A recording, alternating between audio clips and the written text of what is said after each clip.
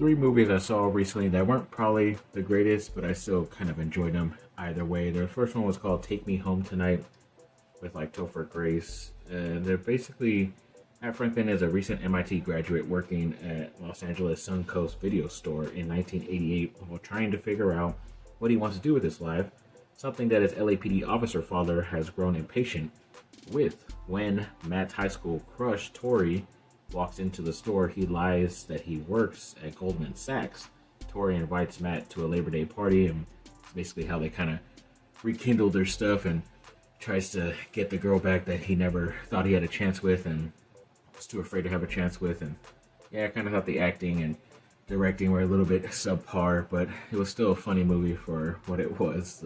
One of the other main characters was very funny, his friend, so I guess kind of take a shot at it if you're looking to have something on in the background. And then another movie was Right Before Aaron. Adam is devastated to learn that his ex-girlfriend has invited him to her upcoming wedding. Returning home for the festivities, Adam must confront unresolved feelings while trying to convince himself and everyone else that he is truly happy for her.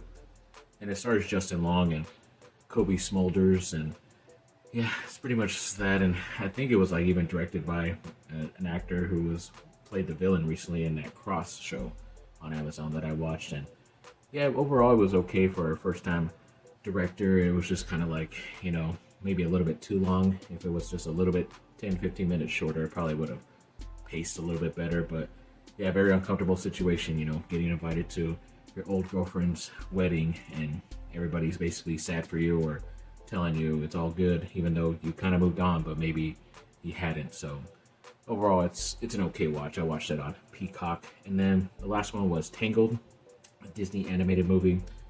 It's their basically reinterpretation of the classic tale of Rapunzel, and basically she meets a fellow by the name of Flynn Rider, and he's basically going to help her to get out from being up there trapped by who she thinks is her mother, but turns out it really isn't. She belongs basically to royalty, and she ends up trying to get back to where she always sees like them putting up lights in the sky, kind of like looking like stars, but it's kind of like candles they put in the sky that basically in her remembrance and hoping that she returns. But overall, it's okay. I kind of thought, once again, it could have been a little bit shorter. Surprisingly, it wasn't as funny. Maybe that's why it's like not as talked about, or you don't see it as much at the Disneyland Resort. But either way, I guess it's okay for a kids movie. But yeah, those are my quick thoughts on some of the movies that kind of were a little bit under par for me, in my opinion.